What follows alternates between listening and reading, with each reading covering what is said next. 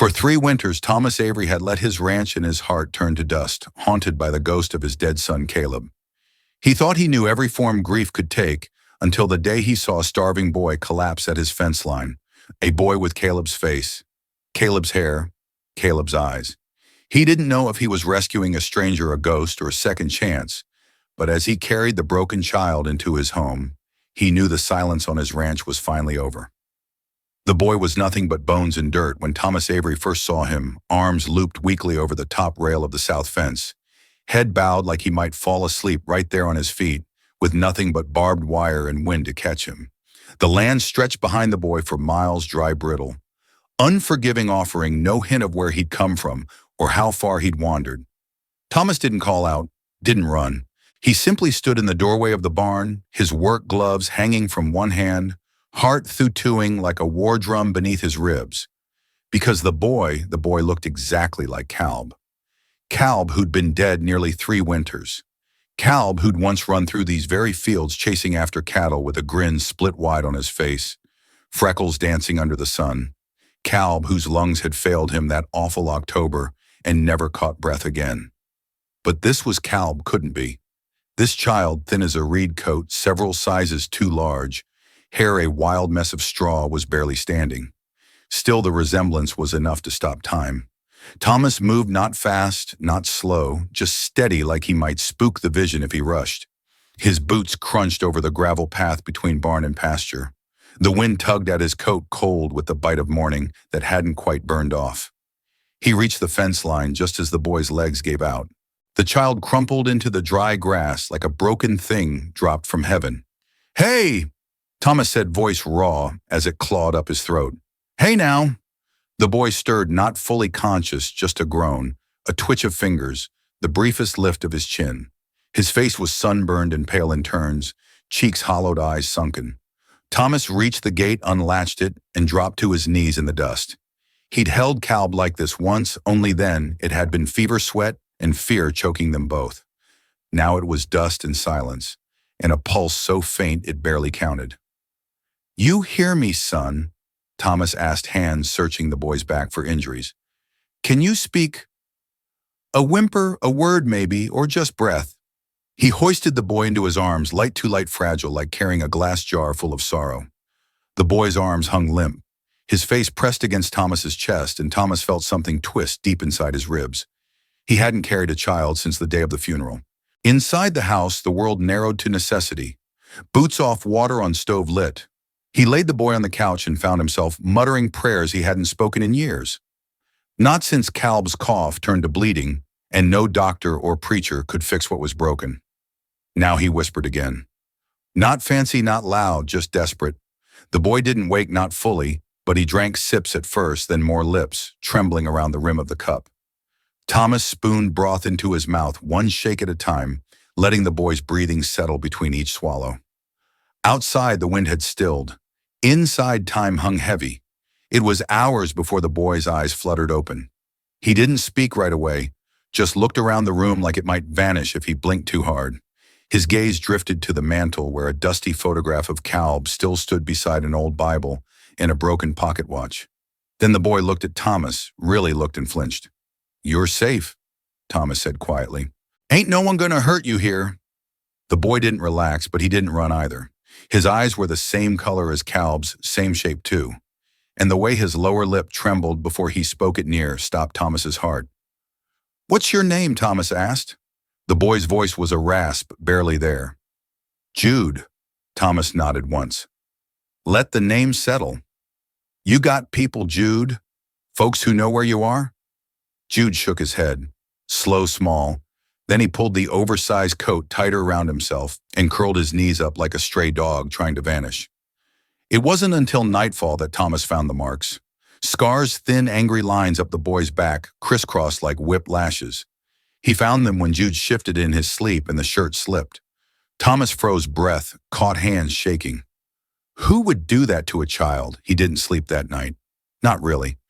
Sat by the fire with a cup of coffee, gone cold, listening to the wind scrape against the shutters. Jude slept fitfully, murmured in his dreams, twitched at shadows. Thomas stared at the boy's face and tried not to see Calb. The next morning brought questions too many, all unanswered. Where had Jude come from? What had happened to him? Why had he ended up at Thomas's fence? But the bigger question, the one Thomas didn't want to ask, was what he was supposed to do now. Because the boy needed care food, warmth, safety, and Thomas had none of that to spare. Since his wife passed, the house had gone quiet. Since Calb died, it had turned to stone. There were no toys left, no laughter, no music. Just one man and his ghost living off a patch of stubborn land, too dry for hope. And now this boy. Jude barely spoke, ate when prompted, drank when asked, sat near the window like he expected someone to come for him, or maybe like he hoped no one ever would. Thomas didn't press. He knew what silence could protect. But on the third day, something changed. Thomas was working the north pasture mending fence line when he heard the scream. Short, sharp, full of pain. He dropped the wire and ran.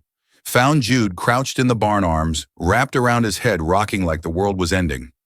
One of the horses had kicked the stall wall, a loud bang, nothing more. But to Jude it had sounded like gunfire.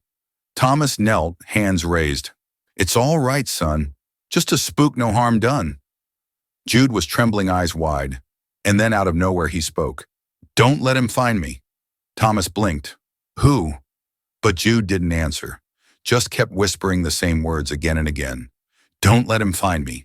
Please don't let him find me." Thomas gathered him up, held him tight, whispered steady words, but inside something new bloomed. This wasn't just a starving boy at a fence. This was something darker, something hunted. And whether he wanted it or not, Thomas Avery had just stepped into the middle of it.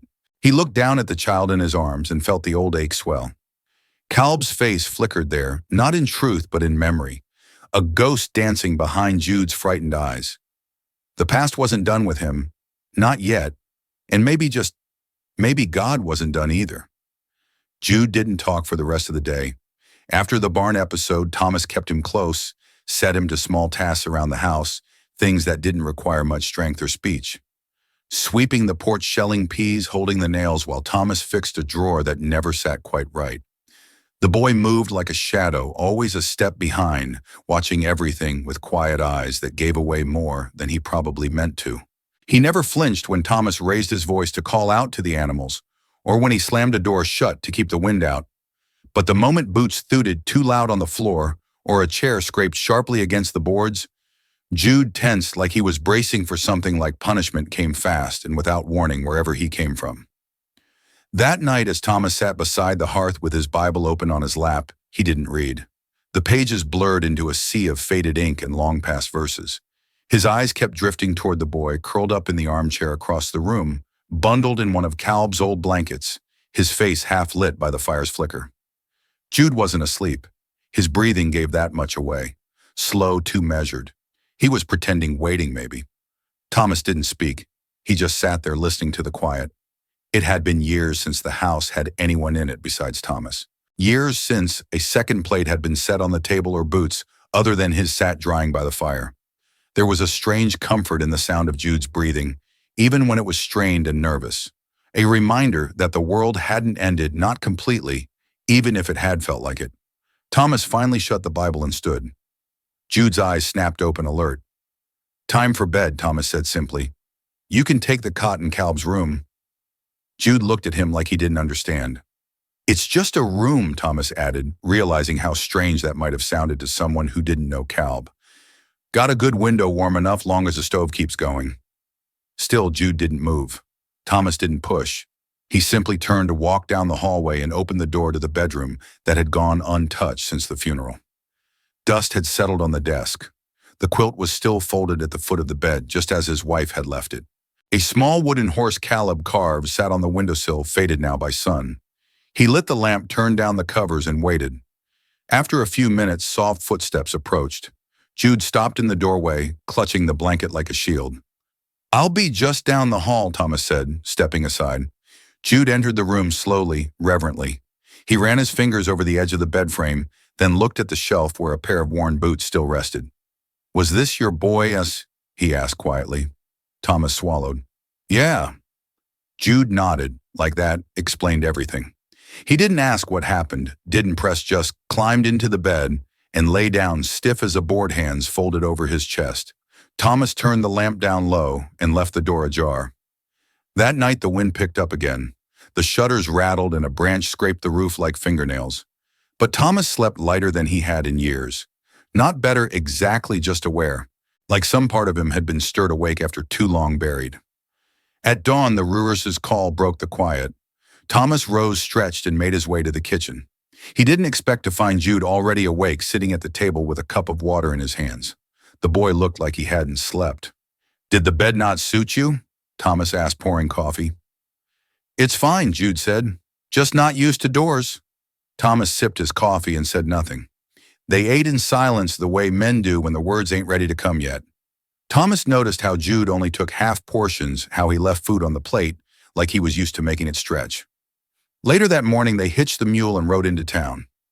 Jude didn't ask why, just climbed into the wagon and sat quietly as they made the slow journey into Cold Hollow, a spit of a place with one general store, one church, and a barber shop that hadn't cut hair since before the last snowfall.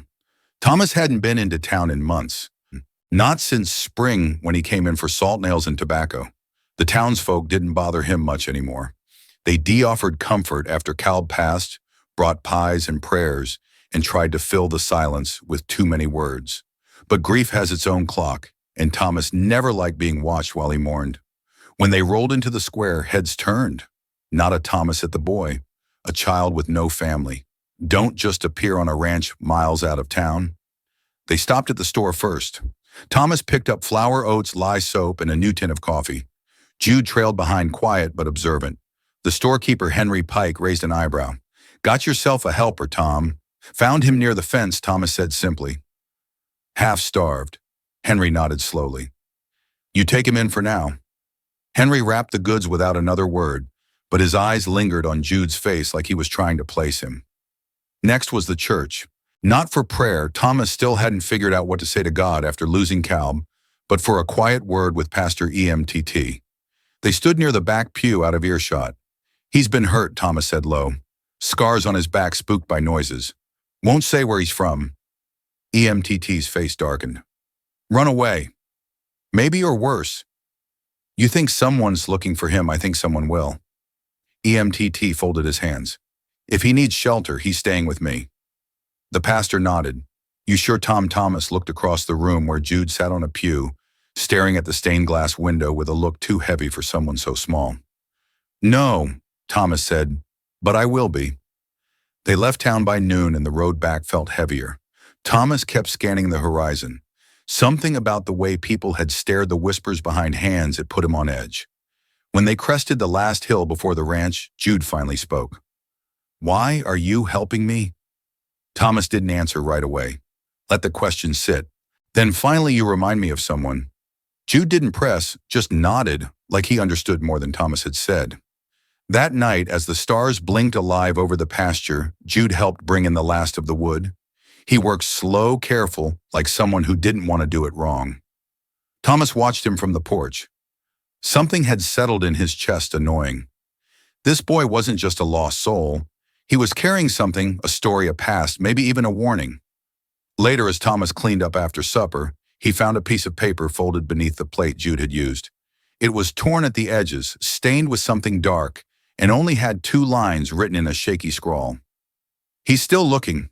If I'm found, run." Thomas stared at it, the words etching into his brain like fire on dry wood. Someone was after this child, and now by keeping him, Thomas had stepped into that storm willingly. He folded the note, tucked it into his coat pocket, and turned toward the hallway where Jude had already vanished into Calb's room. The door stood open. The lamp inside glowed soft. Thomas walked back to the hearth, sat down, and stared at the fire long after it had burned low. The next day began with silence, but it wasn't the peaceful kind. It was the kind that clung to the walls, that settled in the bones like cold. Thomas had known that kind of quiet once before, the morning after Calb died, when even the birds refused to sing. And now, once again, something sat wrong in the air. Jude was still in bed when Thomas stepped outside to check the fence line. The morning sky had a strange haze to it, the sun pale and unsure as it pushed through a thin veil of clouds. The horses moved nervously in the pasture, skittish for no reason Thomas could see. He noticed tracks in the dirt near the gate, not from an animal. Boots. He bent down, brushing a palm over the impression. 1, maybe 2 sets, not from last night. Fresh as in while they slept. Thomas stood and scanned the tree line. No movement, nothing out of place, but that kind of nothing felt louder than a scream. Back inside, Jude was dressed and sitting at the table, chewing a piece of bread in the small bites like he expected it to be taken from him at any moment. Thomas said nothing about the tracks. Not yet. "You sleep all right?" he asked instead. Jude nodded, but the way his fingers clenched around the crust gave him away. "You see anything strange last night?" Jude froze. Then very slowly he nodded again. "What was it?" Someone was by the window. Thomas's stomach sank. "You sure?" Jude's voice was small but certain. "I saw the shadow. It stayed a long time." Thomas didn't let the fear show on his face. He didn't want to scare the boy more than he already was, but his mind was moving fast now, running through options, paths, choices. Someone had come, watched, left. Or maybe they hadn't left at all. He stood, poured 2 cups of coffee, 1 real, 1 hot water, with a splash of cream for Jude, and sat at the table. "I found boot prints outside," he said. "Fresh. Whoever it was, they didn't knock." Jude's hands tightened around the cup. "I need to know the truth now," Thomas said gently. "Who's looking for you?" The boy hesitated, then looked up, his eyes wide and haunted. "My uncle." Thomas waited. "He took me after my mama died. Said he was kin. Said he'd take care of me, but he lied." Jude's voice cracked. "He made me work. Beat me if I didn't. Said if I ran, no one believed me. Said the land was too wide that I'd never get far." Thomas swallowed hard, "But you ran anyway." Jude nodded. "Took food from the smokehouse. Walked at night. Hid during the day.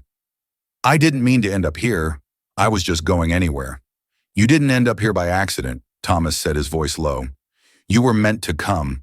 Fence lines stretched for miles in this valley. You came to mine." Jude looked down. "I didn't know who lived here."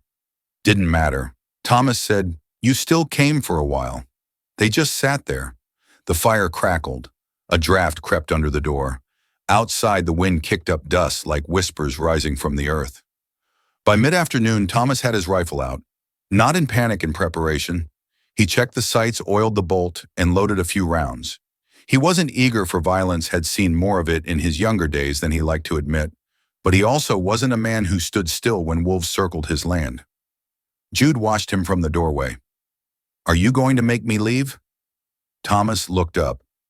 "No, but I might have to make someone else leave." The next 2 days passed in uneasy quiet. Thomas kept Jude close even when working the fields or checking the water troughs.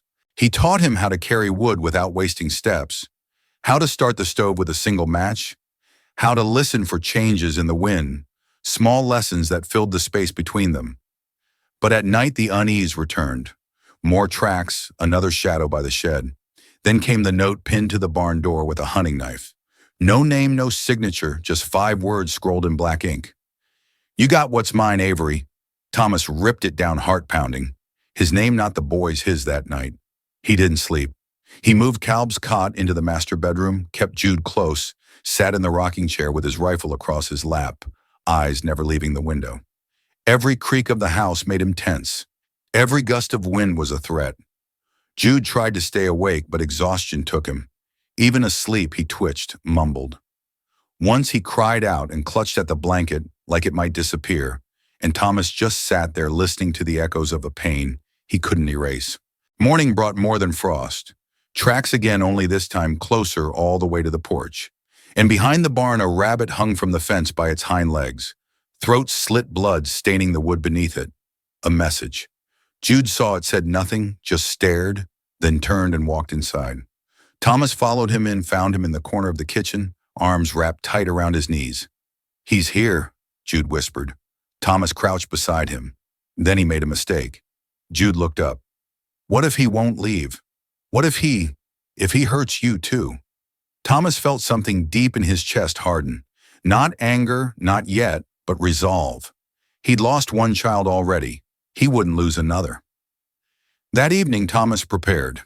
He stacked wood near the door, checked every window, reinforced the latches, cleaned the rifle again, and laid the pistol on the mantel, just in case. Then he sat with Jude by the fire, both of them watching the flames as darkness gathered outside. "Caleb was 10, Thomas said suddenly, his voice low. Had a laugh that could chase off storms. Got sick one fall. At first just a cough. Then the fever came. Doctor did what he could, but it wasn't enough. Jude didn't speak, just listened. When he passed, Thomas continued. Something in me shut off, like the world stopped spinning, but forgot to tell the sky. He looked at the boy beside him. You remind me of him, not just in the face, in the way you hold yourself, like you're waiting for the world to crack open under you. Jude's lip trembled. I don't want to be him. You're not, Thomas said. You're you and you're alive. That counts for something. They sat there a while longer, the quiet between them no longer heavy, but shared, until a knock came at the door. 3 short raps, sharp measured. Thomas rose slowly. Jude froze. The knock came again. Thomas reached for the rifle. Stay here, he whispered, no matter what. He moved to the door, took a breath, then opened it. A man stood there. Mid-4s, maybe older. Broad shoulders under a long coat hat pulled low. His face was lined, mouth set in a sneer that came easy. Behind him, 2 others flanked the path. One held a shotgun. The other leaned against the post with a knife spinning lazy between his fingers. The man in the center tipped his hat even in Thomas Avery, I reckon. Thomas didn't answer. You got a boy under your roof. Don't belong to you, the man continued. Name is Jude, my kin. He says different. The man smiled without warmth. Boy's confused or lying. Either way, he's common with us? No, Thomas said steady. You sure you want to make this hard? The man asked, tilting his head. We're not unreasonable. Just want what's ours. He's not yours. Silence stretched. Then the man's voice turned cold. Last chance. Thomas stepped back. You put a knife in my barn. You pinned a note to my door. You strung up a rabbit like some kind of warning.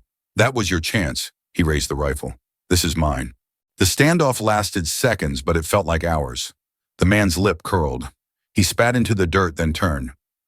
Let's go, he barked. The others hesitated but followed. They disappeared into the night. Thomas shut the door and locked it tight. Jude came out of hiding, pale but standing. You didn't give me up, he whispered. Thomas knelt, looked him in the eyes.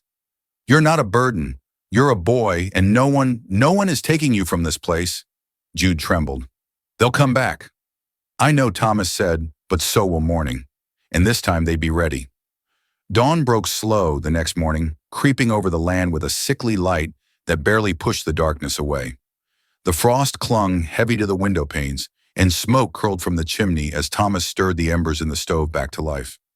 Inside the house was quiet, not the strained quiet from days past, but something thicker now. Tension layered over routine. Even the creak of the floorboards seemed louder than it should have been.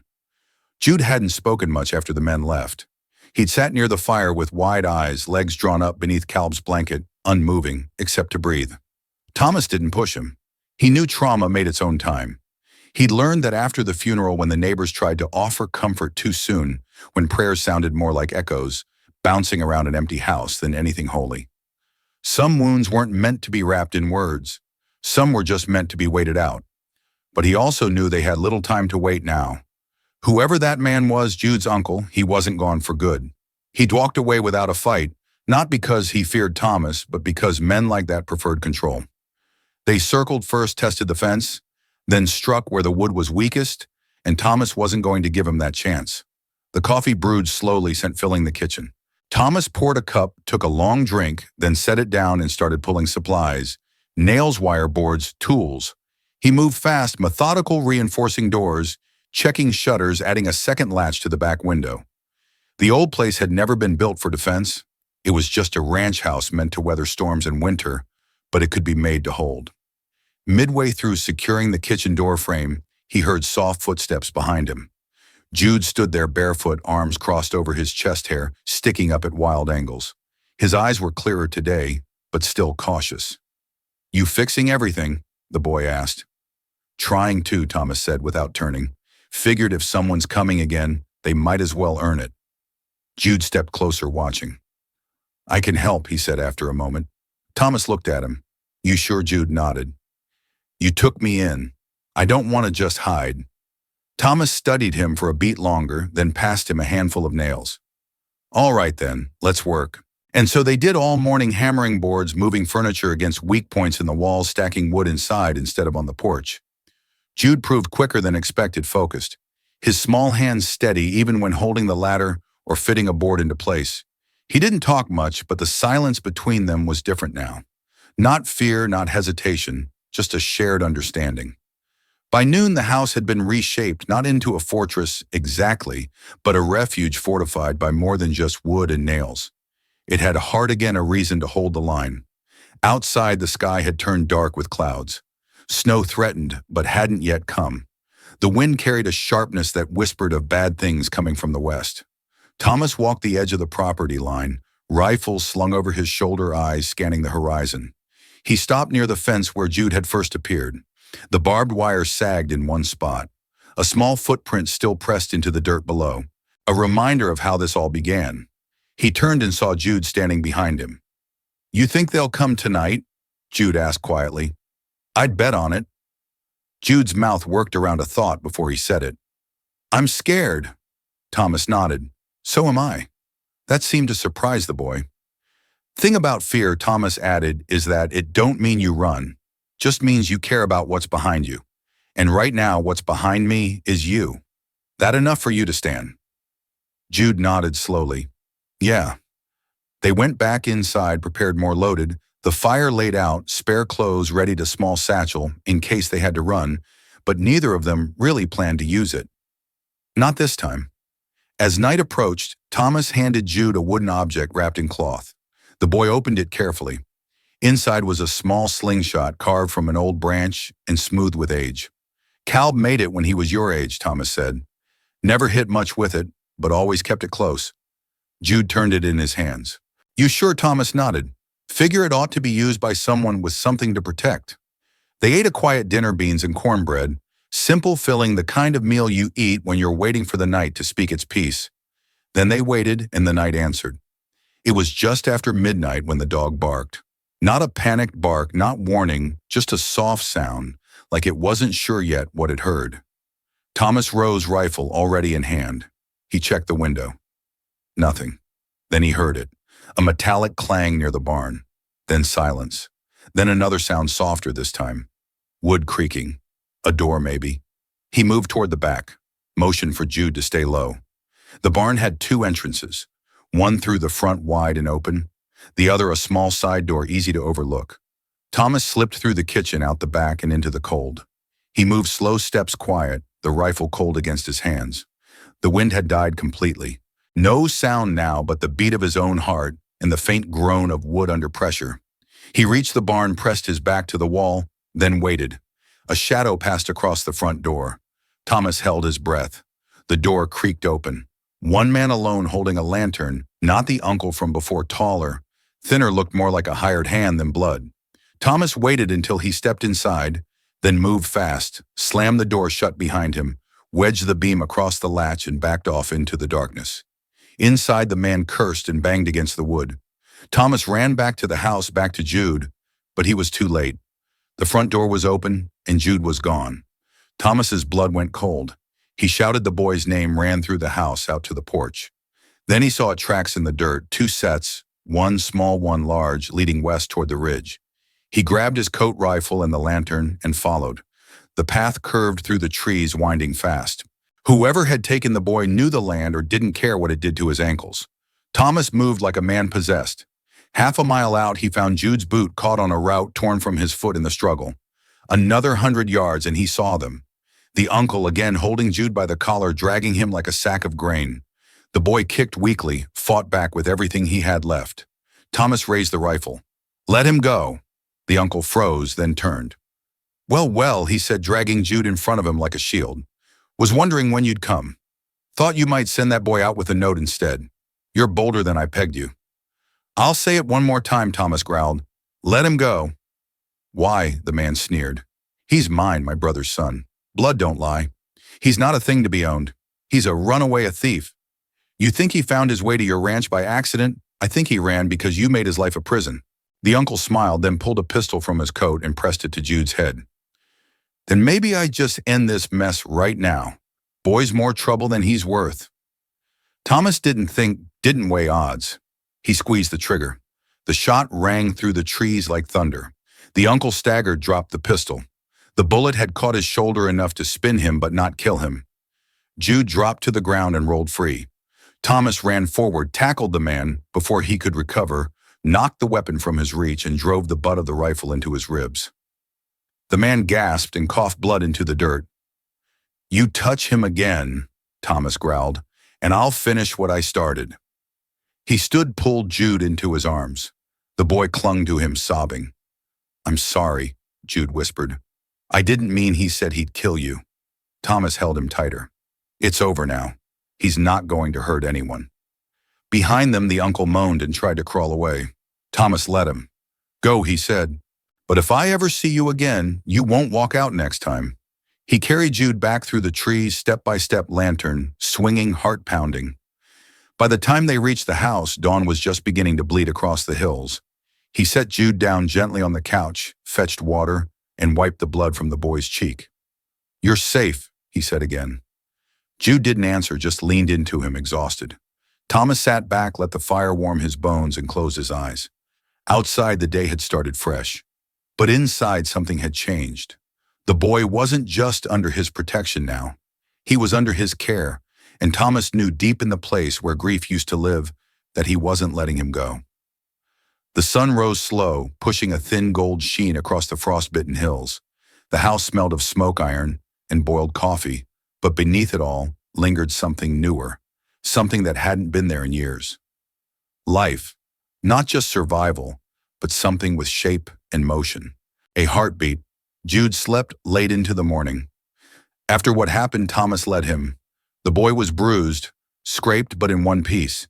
He'd cried until sleep claimed him, curled tight on the old couch beneath Caleb's blanket. Thomas sat nearby, through the night boots-off rifle within reach had in his lap. The uncle's pistol now lay locked in the drawer beneath the sink, useless and quiet, a souvenir of evil that wouldn't be allowed to resurface. Thomas kept the fire going, checked the windows, cleaned the blood off the porch where Jude had dropped his boot, and then stepped out into the morning mist. He breathed deep, letting the cold burn through the tightness in his lungs. Every breath felt earned. Every step forward now felt heavier, like he was walking not just for himself anymore.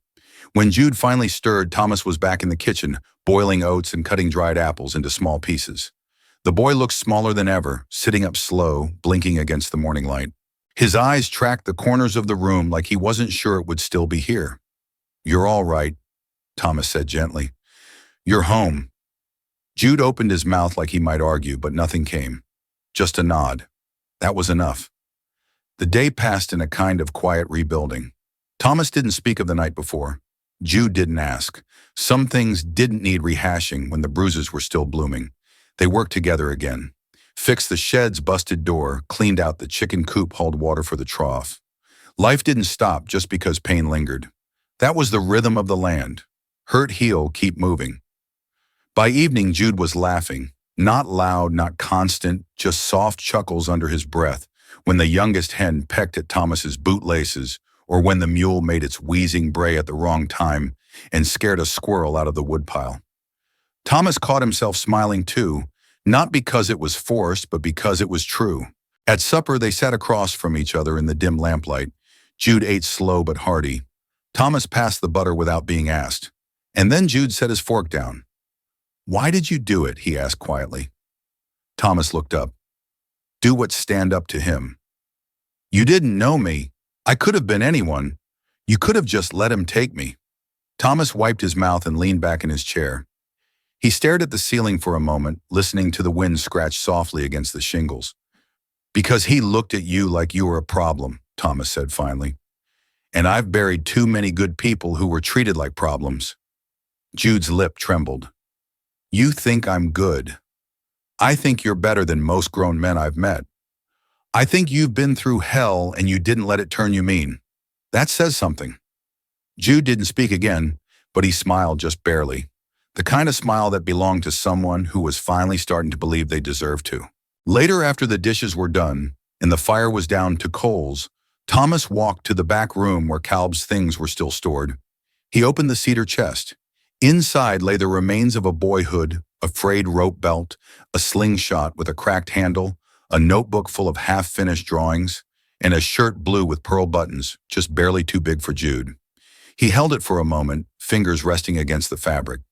Then he folded it under his arm and brought it back to the living room. Jude was nodding off in the chair.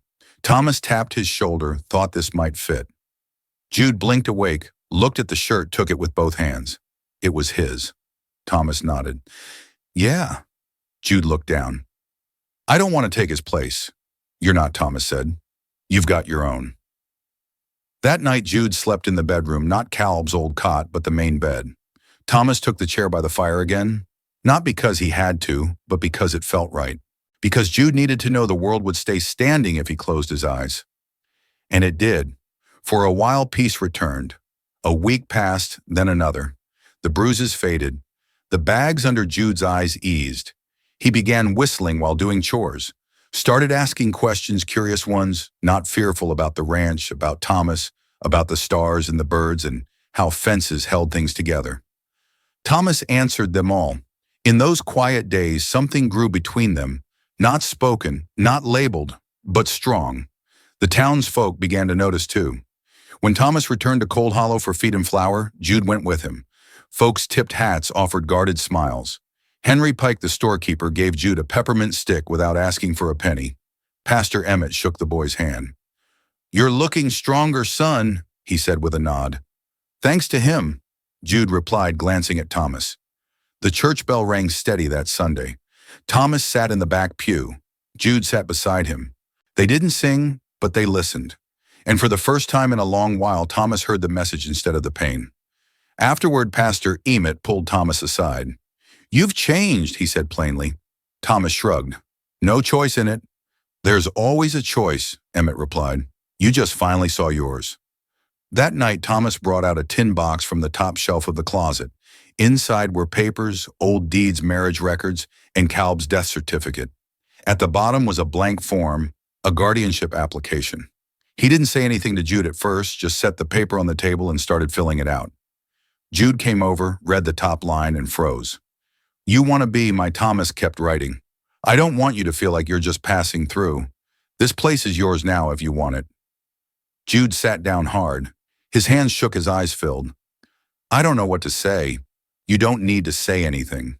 Just sign here. And so he did. Jude Avery. New name, same soul, but rooted now. Chosen. That night they didn't sleep early. They sat up talking about small things, stories, memories.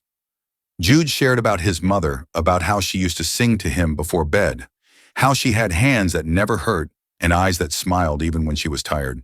Thomas shared about Caleb, about the time he tried to ride a calf and ended up face first in the trough, about how he hated pickles, but ate them anyway to make his mother proud. Two souls mending in the light of shared loss. The days that followed were slow healing. The fence line held, the snow melted, the creek swelled. Then came the letter. It arrived folded into thirds, sealed with a smear of wax carried by a writer Thomas didn't recognize. No return address. No signature. Just a name on the outside. Thomas Avery. Thomas opened it with a knife and read it by the fire. You should have finished it. He's got brothers and they ain't as patient. Thomas folded it, sat back and closed his eyes. He de-hoped they were done. He'd been wrong. The next morning he began teaching Jude how to shoot. Not because he wanted to, because he had to. They stood behind the barn tin cans lined on a post. Thomas showed him how to hold the rifle, how to breathe. Jude hit the third can on his sixth try. That was luck, he said. Maybe, Thomas replied, but luck loves the prepared. They trained every day after that, shooting, running, climbing, not in fear, in preparation. Jude grew stronger, more sure, but his eyes still searched the horizon more than they should have. And then one night the dog barked again. Low, steady Thomas stepped onto the porch and saw the line of torches at the edge of the ridge. 5 riders, motionless, waiting.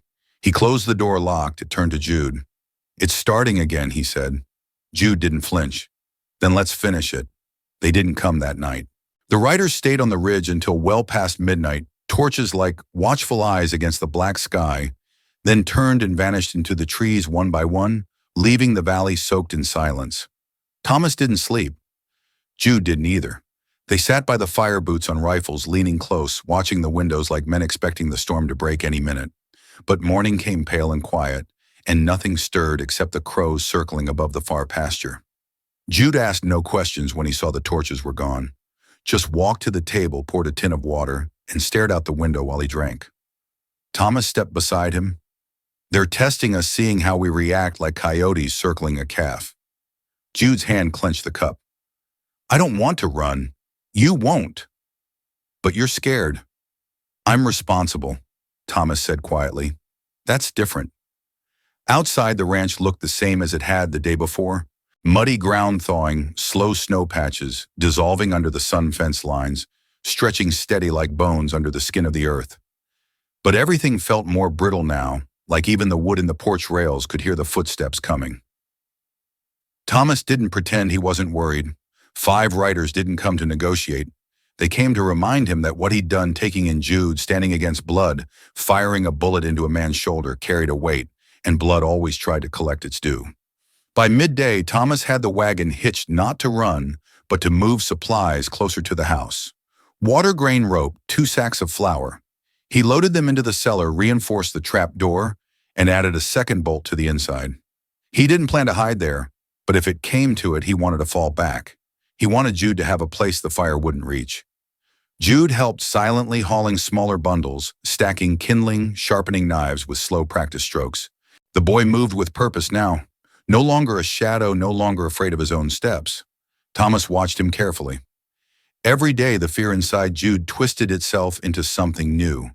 Not quite anger, not yet confidence, but a firm understanding that he didn't want to be prey ever again.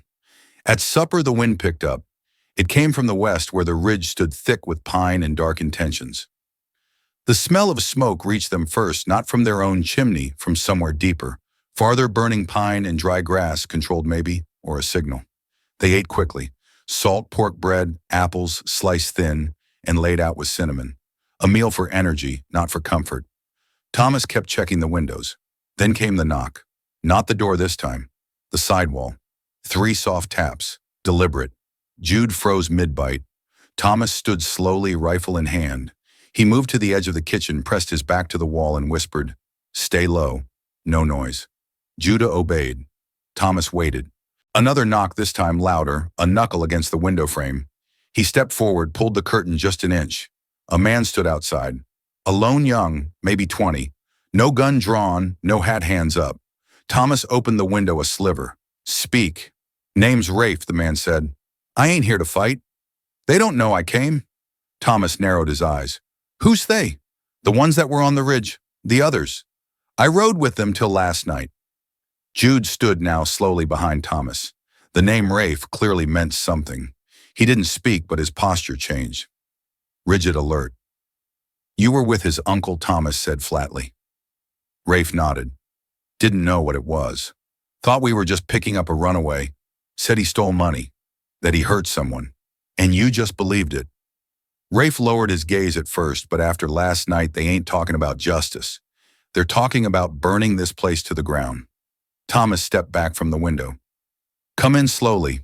Rafe entered with hands raised, eyes flicking toward Jude. "I remember you," the boy said, voice steady. "You gave me water that first night." Rafe nodded. "Didn't think he'd chase you this far. Thought maybe you made it out." Thomas closed the door behind them. "How many are there?" "5 now. One got thrown off his horse yesterday, broke his leg. He won't ride for a while. They're camped near the river bend, waiting on someone. Who don't know, but they're saying things like final reckoning. They're angry, not just about the boy, about you. You made him look weak." Thomas glanced at Jude. "Then we'll be ready." Rafe shifted uneasily. "I don't want part of it anymore. I just wanted a warm place. I didn't know he was going to hurt a kid." Thomas studied him, weighed the words, then gave a slow nod. "You stay here tonight. Tomorrow you ride east. Tell anyone that'll listen what they're planning." Raf's eyes widened. "You trust me?" "No, but I trust Jude." He said, "You gave him water." That night, 3 men slept in the house, but only 2 slept deeply. Thomas sat by the fire again, rifle across his lap. Jude lay on the couch, slingshot tucked under his arm like a talisman. Rafe took the floor, curled near the stove, one boot off the hat over his face. The dog didn't bark that night, but it winded low once just before sunrise. The next morning, Rafe rode out, said nothing more than a nod. No promises, just silence and the dust of his horse's hooves trailing east. Thomas and Jude watched him disappear. Then they got back to work. They dug a trench near the barn, filled it with dry brush, coated it in oil, a last line of fire, if it came to that. They mounted lanterns on the porch, prepared the horses with saddles just in case, and then with everything else done, Thomas pulled out the second rifle from the back room. Caleb, still polished, still clean. He handed it to Jude. "You sure?" the boy asked. "You're ready." Jude held it close, not with excitement, but with understanding. That night the torches returned. Not 54 closer this time. Thomas stood on the porch, rifle in hand, Jude behind him. "They want us to come to them," the boy said. "We won't." But one of the men stepped forward. It wasn't the uncle, a different man, broad scar on his cheek, hat low. "I'm giving you one night," the man shouted. "By sunup we come through. You give him up or we take him. Burn this place to ash." Thomas raised his rifle, didn't speak. The man grinned. "Sun up." They turned and rode back toward the ridge. Thomas went inside, bolted the door. Jude followed. "We should run," the boy said. "We can't fight all of them." "No," Thomas said. "We don't run anymore." They sat together by the fire again. Jude cleaned his rifle. Thomas oiled the hinges on the trapdoor. When the flame flickered low, Jude looked up. "Do you think God brought me here?" Thomas stared into the coals. "I think God's the only one who could have." Jude nodded, closed his eyes. Thomas watched him a while, then reached over and laid a hand on his shoulder. "You're not alone anymore. That's all that matters." Outside, the wind began to howl. Inside, the fire held steady, and in a house once ruled by silence, two hearts beat as one. They rose before the sun. The stars still hung above the valley, quiet and pale, fading by the minute, as the eastern horizon bruised with the first hints of light. The frost had returned overnight, coating the porch rails, the fence posts, the dried weeds with a silvery skin. Thomas moved through it like a man walking through a memory, slow, precise, carrying the full weight of everything that had happened and everything that might happen next. Jude was already dressed, Caleb's rifle strapped across his chest. He hadn't slept more than a few hours, but there was no exhaustion in him now, just a cold, steady purpose. He stood near the kitchen table where Thomas had laid out what little ammunition they had left. A small stack of cartridges, 6 shotgun shells, and 2 bullets for the long rifle. Not enough for a fight, but maybe enough for a message. They ate bread and bacon in silence. No coffee, no idle talk, the kind of meal a man eats when he knows it might be his last. When they finished, Thomas handed Jude a strip of cloth, dark, clean cut from one of Mary's old dresses, and tied one around his own arm. "So we know each other in the smoke," he said simply. Jude nodded. By the time the sky had turned gray, they were in position. Thomas crouched near the barn, rifle resting on the hay bale, eyes scanning the trail from the ridge. He'd taken the high ground, the spot with the best view and the worst cover. Jude was tucked in behind the water trough, across the yard, his smaller frame nearly invisible behind the warped boards and tall grass. They'd gone over signals. 1 whistle for danger, 2 for regroup, 3 for run, but both of them knew there might not be time for signals. Thomas had seen war, real war, not saloon brawls and drunken duels. He'd marched under a different sun, fired into shadows that looked like men, and buried friends with his own 2 hands. But this felt different, more personal, more final, because this time the boy at his side wasn't just a casualty he was trying to prevent. He was a reason to keep going. And then they came. 3 riders, 1 wagon. No torches this time, just steel and sweat and dust. The wagon was covered with a tarp, something underneath it. Wooden crates, maybe a keg. 2 men flanked it on horseback, rifles strapped across their backs. The 3rd man rode ahead. The uncle's shoulder bandaged face, grim mouth curled in a smirk that didn't quite reach his eyes. Thomas raised the scope, watched them close the distance. He waited, and just as the horses stepped onto the main path near the pasture gate, he fired. The shot cracked like thunder, splitting the morning in 2. It hit the post beside the uncle's horse just enough to spook the animal and send the man crashing to the dirt. Thomas didn't aim to kill. Not yet. This was a warning. The horses reared. The men shouted. The wagon jerked to a halt. Jude held position, steady, watching, breathing through his mouth to keep it quiet. The uncle stood brushing dirt off his coat. He looked up toward the barn, hands outstretched. "Didn't think you'd shoot first, Avery.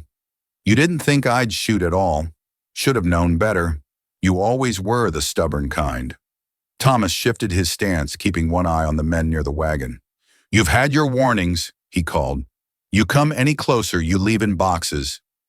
"Don't need to come closer," the uncle shouted back. "We brought something with us. Thought you might want to see."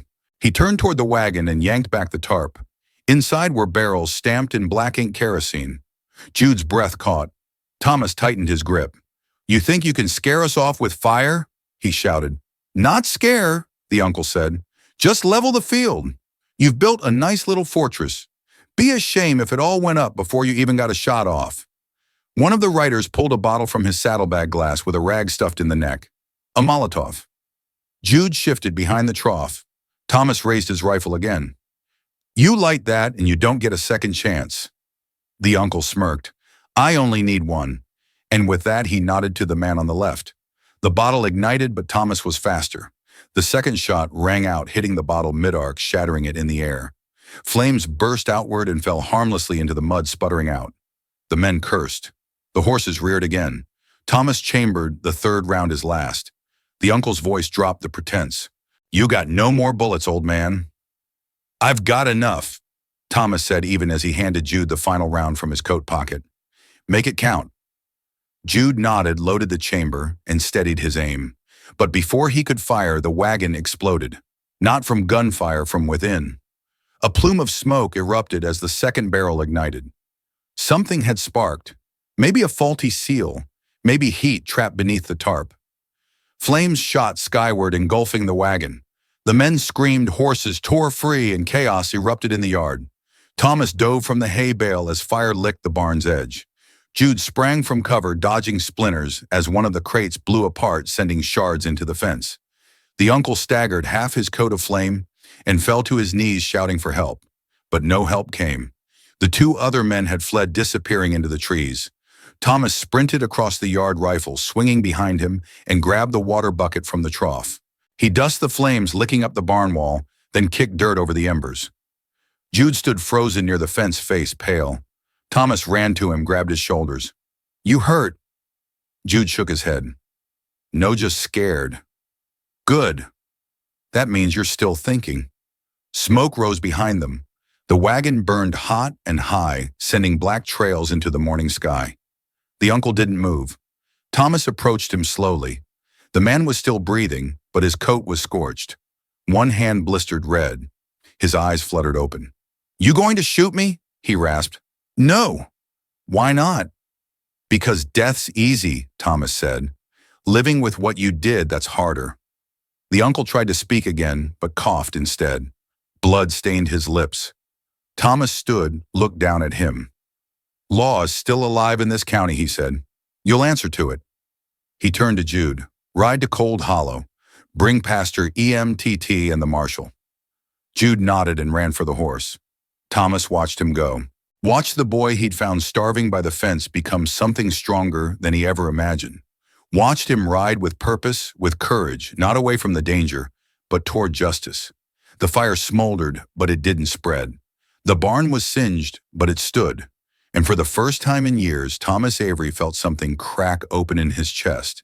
Not pain, not grief, something like hope. It took 2 hours for the marshal to arrive, followed by EMTT and Henry Pike.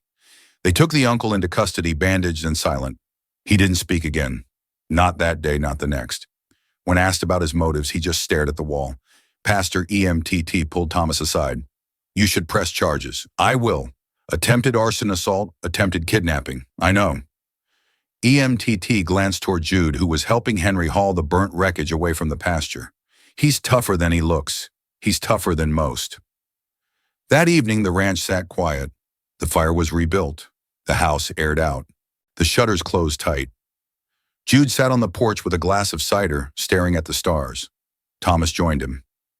"Think they'll come back?" Jude asked. "Not if they've got any sense left." "And if they do?" Thomas looked at the boy beside him, the one who had once clung to the fence like a ghost, who now sat tall and still, a survivor, forged in fire. "Then we stand," he said, same as before. They sat in silence. The stars blinked overhead. The wind eased. And in that stillness, the world seemed to settle. Jude leaned back in the chair. "You ever think about building something new? Not just surviving, but growing?" Thomas nodded slowly. "I do now."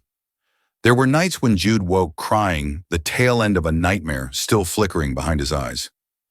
He never called out, but Thomas heard him anyway. Each time he'd walk to the boy's room, sit at the edge of the bed and rest a hand on his shoulder. Neither would speak. They didn't need to. And sometimes it was Thomas who sat outside long after dark, staring at the stars, remembering the son he'd buried. Not comparing, just honoring. Grief had become a companion, not one he welcomed, but one he understood. One evening, as they sat around the small table playing a quiet game of checkers, Jude asked, "Do you think people can come back?" Thomas looked up. "What do you mean? Not from the dead, but from being broken, from being lost. Do you think someone like my uncle, if he hadn't been so cruel, if someone had reached him earlier, do you think he could have changed?" Thomas moved a piece. "I don't know. Some men rot from the inside, and by the time you see it, the damage is already done. Others just get lost in the dark and don't know how to ask for light." Jude nodded slowly. "You ever been lost?" Thomas smiled without joy, "More times than I'll admit." "What brought you back?" He looked across the table. "A boy with dirt on his face and bones poking through his coat standing at my fence." Jude swallowed hard. "I'm glad you opened the door." "I am too." They didn't finish the game that night. They just sat there content in the space between words. Then came the letter. "I think I want to start a journal," Jude said suddenly. "A journal?" "Yeah, so I don't forget all this. So I remember who I was before and who I'm becoming." Thomas nodded. "That's a good idea." "I'll write about you too," Jude added. "You're part of it. I'd be honored." They rode the rest of the way in silence. That night Jude stayed up late writing by lamplight. Thomas passed by his door once, paused and looked in. The boy sat at the desk, brow furrowed, pen moving steadily across the page. The sight filled Thomas with something deep and unspoken. Not pride, not relief, something older than both, like watching the sunrise over land you nearly lost. The next morning they began rebuilding the north fence. Not because it was broken, but because it could be stronger. Together they measured, cut, hammered.